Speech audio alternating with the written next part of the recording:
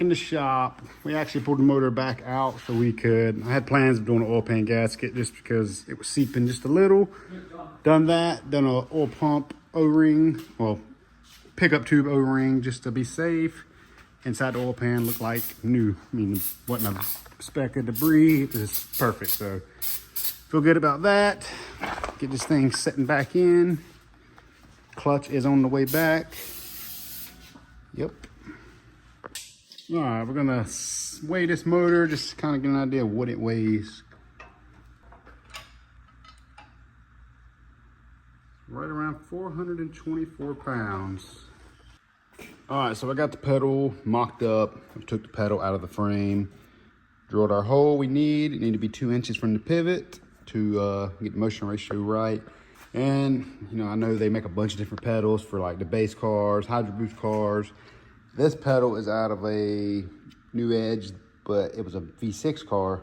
So your stock pivot pin is up way higher than where the Hydro Boost pin is. The Hydro Boost pin is like almost level with that, where this one is pretty far up. So that doesn't matter if you're doing a manual brake conversion. That's very irrelevant, but yeah, we got our 7/16 hole there. And I went ahead and just kind of mocked that because I got to hit my buddy up, Josh, from finishing lines. We're going to do some brake lines for this thing just to get rid of the ABS module because I got to put the power steering pump down there. And yeah, one thing I don't like about this Jegs kit, I mean, they all look identical. They all basically use the same exact parts. But with the Jegs, when they cut this hump into the mounting plate, and there's a big hole from the old Hydro Boost setup. So I stuck a piece of tape over it for now. Once I final mount this, I'll take a piece of like black sheet metal and just maybe put some adhesive on the back side, pop rivet it to the firewall, just to seal it up a little bit. But yeah, I don't know why they done that. They could have just done it like the bottom and left it flat. It is what it is. It only goes one way. But I wanted to get this thing kind of mocked up, just so me and my buddy Josh can kind of map out what we're gonna do for brake lines. May end up having to do a banjo fitting on this front one because it is kind of close. I don't know if we're gonna be able to adapt to that and then screw an AN90 to that, but we might see, never know. But worst case, like I said, we'll do a banjo to a -3. Gotta take care of that issue. But yeah, this thing's coming along. My son, yesterday, well, I did talk about that previous clip, about getting the oil pan gasket done. Motor sitting back in. This thing goes in and out perfect. It sits right on the studs where it needs to be. So I don't know if I've talked about the plans for the power steering. That's the factory pressure line from the rack. I'm gonna have my local hydraulic shop adapt me a line to that over to when we basically gonna mount the electric power steering pump exactly how the ABS module is, right kind of under the frame rail a little bit. And we'll just adapt straight to that. And then I got a big cooler for the front just to keep everything cool, because none of the Coyotes come with power steering pumps. They make kits to put the alternator up here and adapt power steering, but electric hydraulic power steerings are just a way to go on drift cars. You know, it's a better system. You ain't overturning the pump. It is what it is. It makes the pressure and stays constant. It doesn't vary with engine RPM. So that's that. Guess I'll update you when we get some more stuff going. So I gave Cameron the task of getting rid of the ABS module. He got rid of the lines, they go all the way to the back, got rid of everything up here. You can see our new booster delete kit is in. Got my buddy Josh from finishing lines. He got our brake lines here very quick, so we got those. But I did get the clutch back from the Cloud. I don't know if I gave a backstory on this, but I had this clutch from one of my customers' vehicles. He bought a Shelby, I think it was a Shelby, like, I forget what it was. It was a car, it was an S550 that had this in the car, and it supercharged. I can't just remember exactly what it was. It wasn't a GT500. It wasn't a GT350 or anything like that. I think it was just a Shelby. It come with this clutch. It still had an MT82 trans in it, so it wasn't like a TR6060 or a Magnum or anything crazy. It still had 26 spline disc. Yeah, it wasn't nothing special. It was just a supercharged Shelby, I think. But this clutch was in it, and my buddy, he owns a dealership, and he bought the car from auction, but the transporter actually burnt the clutch up trying to load the car. The car only had like 40,000 miles, and they burnt the clutch up. It was slipping. So instead of throwing this away, I just kind of threw it on the shelf, and I knew that they done rebuilds on clutches, so I was like, I might need it one day. So I sent it into them, told them what I needed, made sure every email that we exchanged, it's gonna have the 10 splines when you give it back. And he was like, yes, no problem. I get it back. Like, they shipped it back really quick. Customer service was great. They shipped it back, and it still has a 26 spline input. So I emailed them last night, which was Sunday, and like they pretty much immediately emailed me back a shipping label, said, get it to me. You're gonna pay for shipping. They said they'll have it back to me by the end of the week. I gotta pull the disc out of it, send just the disc in. I don't know if they're gonna just send me a new set of discs or they're actually gonna take and change the hub on these discs. Don't know, but I mean, they sent this thing back and it looks brand new again, like they said it would. I think by the time I had shipping, it cost me $154 to ship this clutch back because of the weight, because it goes all the way to California. I think they charged me like $46 to ship it back, which wasn't bad. So I got basically $200 in shipping. They charged me $490 to completely rebuild it, and it looks like brand new.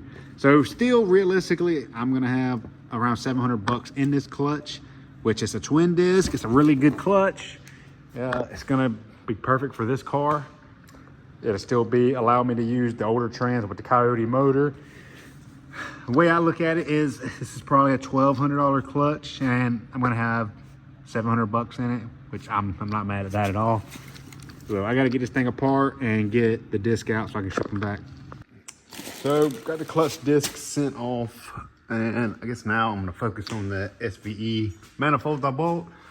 So these are ceramic coated or Cerakote coated, and I mean, the only reason I really bought them because I didn't really want to deal with, you know, I have a Maxxim Motorsports K member and I'm trying to order headers. I think I explained it in another video, but these were 500 bucks. They'll allow me to bolt to the factory exhaust that I already had on this car. I took it off because I didn't think I was going to use it. I was going to build a whole new exhaust, but I didn't realize they made these. So that's going to bolt up to the factory 2-valve exhaust flange, and the other manifold to go on, and that's going to save me a tremendous amount of time just being able to throw the old exhaust back on, have no issue at all. So I think I'm gonna go ahead and get these things bolted on. I will say, I should have just went ahead and pulled the motor back out. I mean, I don't even have the motor mounting nuts on it, but I did get it. I just didn't feel like letting the car down, hooking the engine hoist back up. They're a little difficult. You almost just need to go ahead and start all the bottom bolts with the gasket so you can slide the manifold in, because those bolts almost have to be run up flush with the manifold before it gets tightened down, or you can't get nothing on them. This bottom back bolt, really hard to see. It is really hard to get to.